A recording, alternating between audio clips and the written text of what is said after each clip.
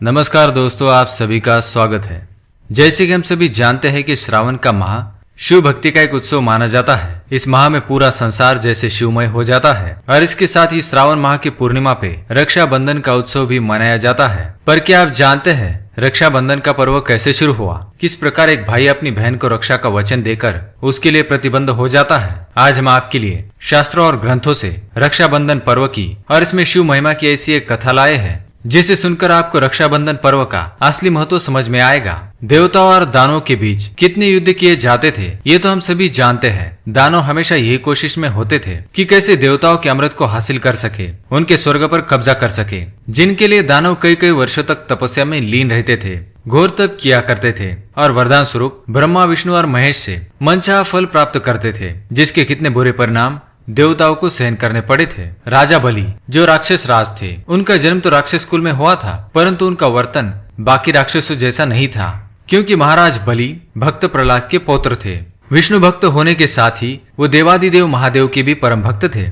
महादेव की भक्ति से उन्होंने कई सारी सिद्धियां हासिल कर ली थी। राजा बलि ने 101 यज्ञ संपूर्ण करने का अनुष्ठान किया था। तब देवताओं को ये चिंता होने लगी कि अगर राजा बलि ने यह अनुष्ठान पूर्ण कर लिया तो उनके हाथ से स्वर्ग और अमृत दोनों ही राक्षसों के पास चले जाएंगे, जिससे दानव पृथ्वी पर आतंक मचा देंगे। इसी द्विधा के हल हेतु सब देवतागण श्री हरि विष्णु के पास उपस्थित होते हैं। श्री हरि विष्णु देवताओं की बात सुनकर राजा बलि के पास एक बटुक ब्राह्मण के रूप में जाते हैं। क्योंकि राजा बलि को महादानी भी कहा जाता है, इसलिए उनके द्वार पर आए किसी भी याचक को वो खाली हाथ जाने नहीं देते थे। जब भगवान विष्णु वामन अवतार में एक याचक के रूप में राजा बलि के पास आते हैं तो राजा बलि उनसे कुछ मांगने को कहते हैं, जिस पर भगवान वामन उन्हें 3 पग भूमि मांगते हैं।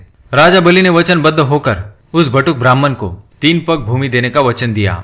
राजा बलि से वचन प्राप्त करते ही बटुक ब्राह्मण वामन ने विराट रूप धारण कर लिया। उन्होंने एक पग में स्वर्ग, दूसरे पग में धरती नाप ली। अब वे तीसरा पैर कहाँ नापते? तब राजा बलि ने अपने वचन का पालन करने हेतु तीसरा पैर उन्हें अपने सर पर रखने दिया। राजा बलि की दानशूरता देखकर भगवान विष्णु उन पर प्रसन्न हुए और उन्हें वर मांगने को कहा। तब राजा बलि ने भगवान विष्णु को ऐसा वर मांगा जिसके कारण भगवान विष्णु को वैकुंठ त्याग कर पाताल लोक में पहरा देना पड़ा। उधर श्री हरि विष्णु से वियोग में माता लक्ष्मी को सहन नहीं हो रहा था। माता लक्ष्मी इनके निवारण हेतु भगवान शिव जी के पास आती है। शिव जी माता लक्ष्मी से कहते हैं कि राजा बलि वचनबद्ध पुरुष है। अगर माता लक्ष्मी राजा को किसी बंधन में बांध ले तो वे श्रीहरि को वापस वैकुंठ ला सकती है। शिव जी ने माता लक्ष्मी की सहायता हेतु अपने नाग वासुकी को उनके साथ जाने का आदेश दिया।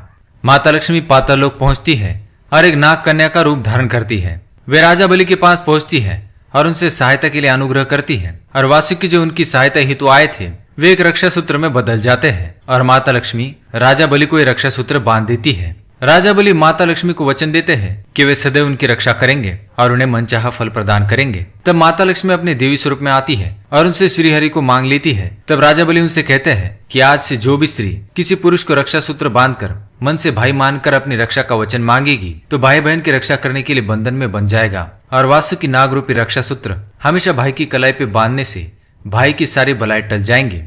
तब से श्रावण माह के पूर्णिमा को हर बहन अपने भाई को नाग रूपी मजबूत रक्षा सूत्र उसकी कलाई पे बांधती है और भाई उस रक्षा के बंधन में बन जाता है। इसलिए इसे रक्षाबंधन का पर्व कहा जाता है। जन खबर न्यूज देखने के लिए आपका धन्यवाद। चैनल को लाइक करें, सब्सक्राइब करें ताकि आपके लिए हम ऐसी और इंटरेस्टिंग वीडियो लाते रहे।